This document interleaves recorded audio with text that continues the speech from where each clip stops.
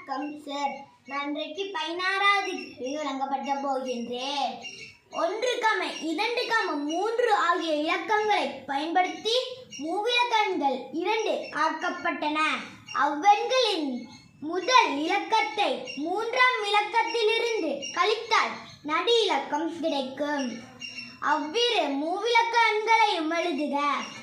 இங்கே 1, 2, 3 எங்களுக்கு நடு இலக்கம் கேட்டிருக்கிறோம். அப்ப நாங்க 123. 3 1 கழிச்சா 2. அடுத்தது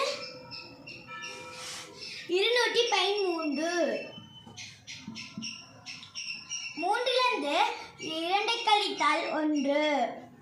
அப்ப 16வது கேள்விக்கான விடை 123, 213.